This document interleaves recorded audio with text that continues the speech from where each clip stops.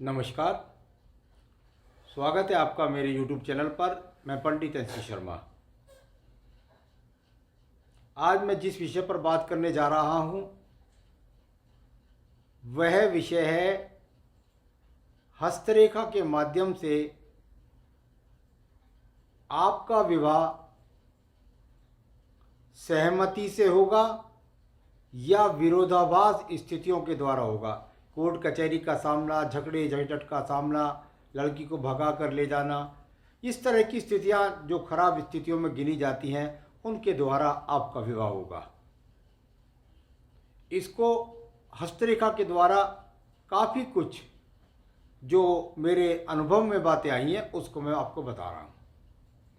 भाई, कोई भी व्यक्ति अपने जीवन के अंतर्गत यदि उसकी बुद्धि श्रेष्ठ है तो वह अपने परिवेश को अपने अनुकूल बना लेता है।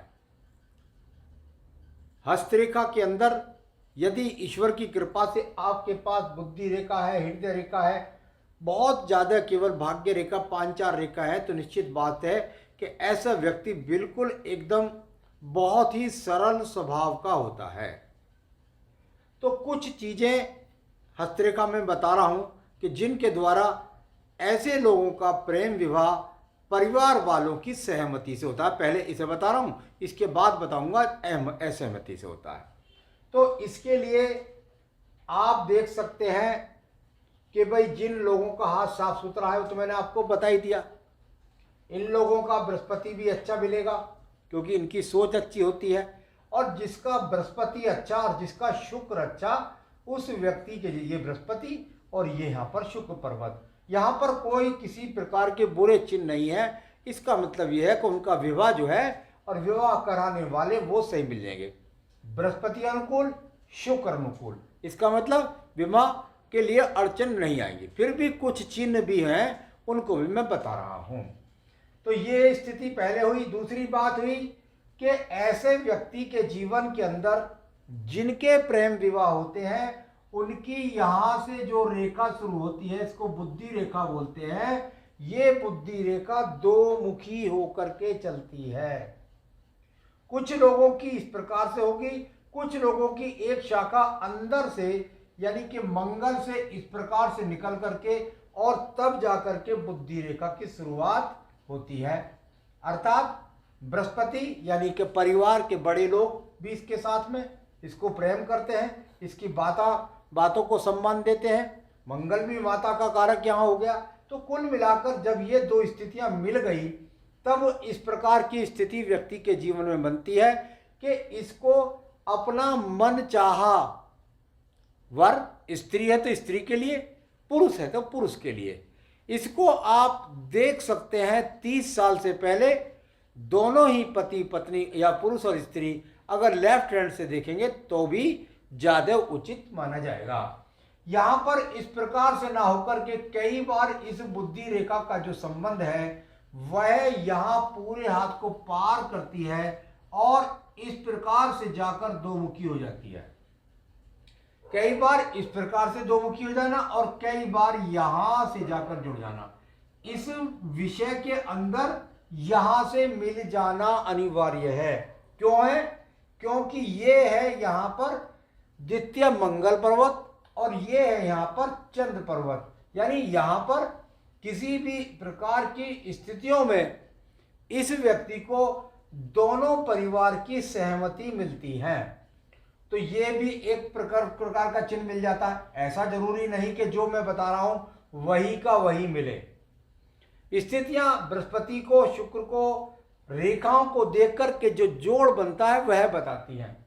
किसी व्यक्ति के बारे में बताया जाता है कि ये यहाँ पर इस प्रकार से इसकी दो मुखी रेखा चली और ये हृदय रेखा जाकर के इस प्रकार पे जाकर दो मुखी हो गई। इसमें याद रखें यहां भी दो मुखी होनी चाहिए और यहां भी दो मुखी होनी चाहिए। यानी कुल मिलाकर के ये रेखा, हृदय रेखा दो मुखी होनी चाहिए।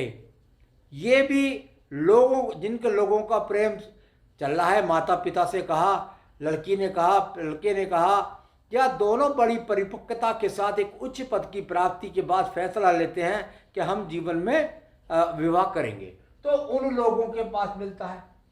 यहां पर आपके पास प्रणय रेखा का होना अनिवार्य है, क्योंकि विवाह तो तभी होगा जब विवाह रेखा होगी।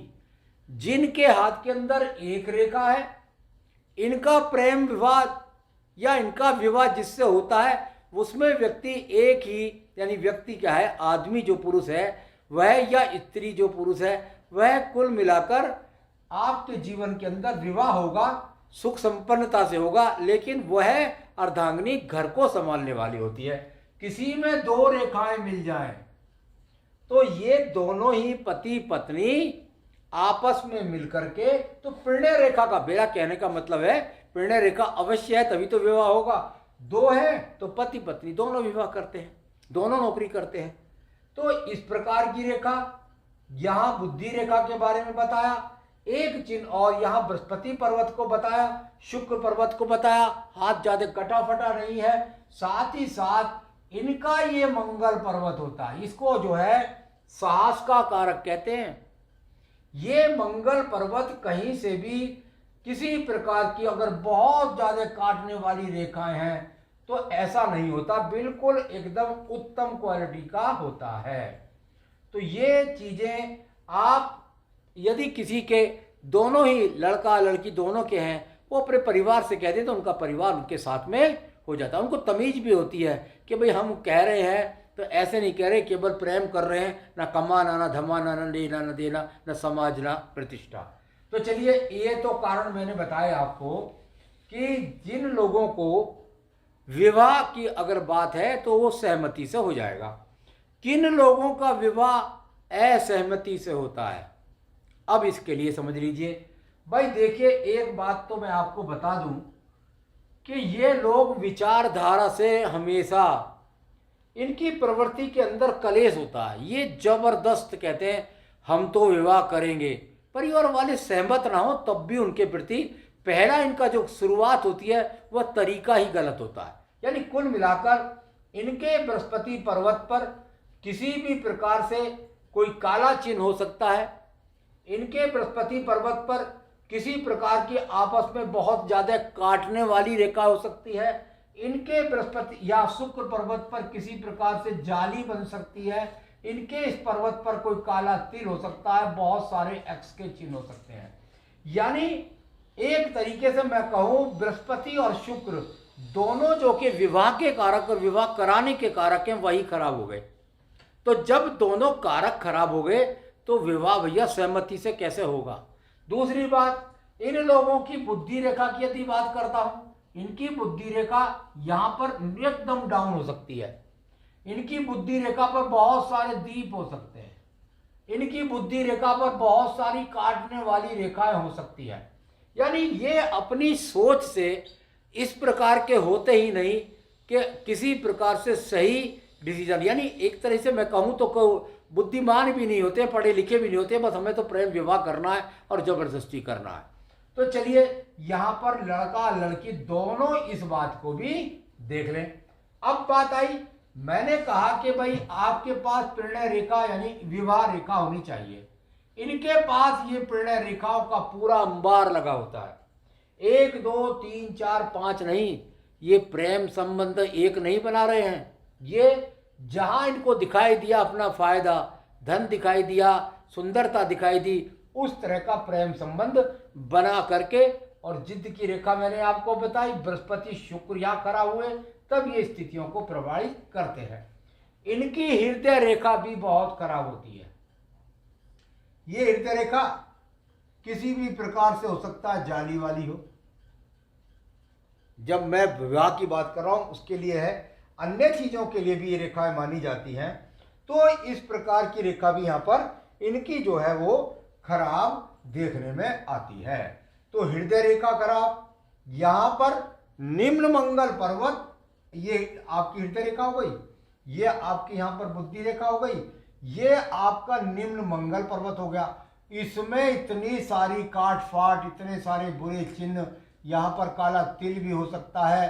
तो ये अपने आप में झगड़ालू प्रवृत्ति के साथ ही विवाह कर। इनके पास यहाँ कोर्ट कचहरी की रेखा, भाई ये रेखा लंबी लंबी आ गई यहाँ पर इस प्रकार से, यानी ये व्यक्ति विवाह करेगा चाहे से कोर्ट कचहरी, यानी वो सब संबंध के साथ कोर्ट कचहरी वाला संबंध यदि बन जाए, जिससे मंगल पर्वत पर लंबी रेखा बन जाए, कोई यहाँ पर एक्स का चिन्ह बन जाए, कोई यहाँ काला तिल बन जाए, किसी प्रकार की यहाँ पर बेलदार रेखा बन जाए, तो ये भी है कि ये कोर्ट कचहरी में जाकर के अपना विवाह संपन्न करेगा।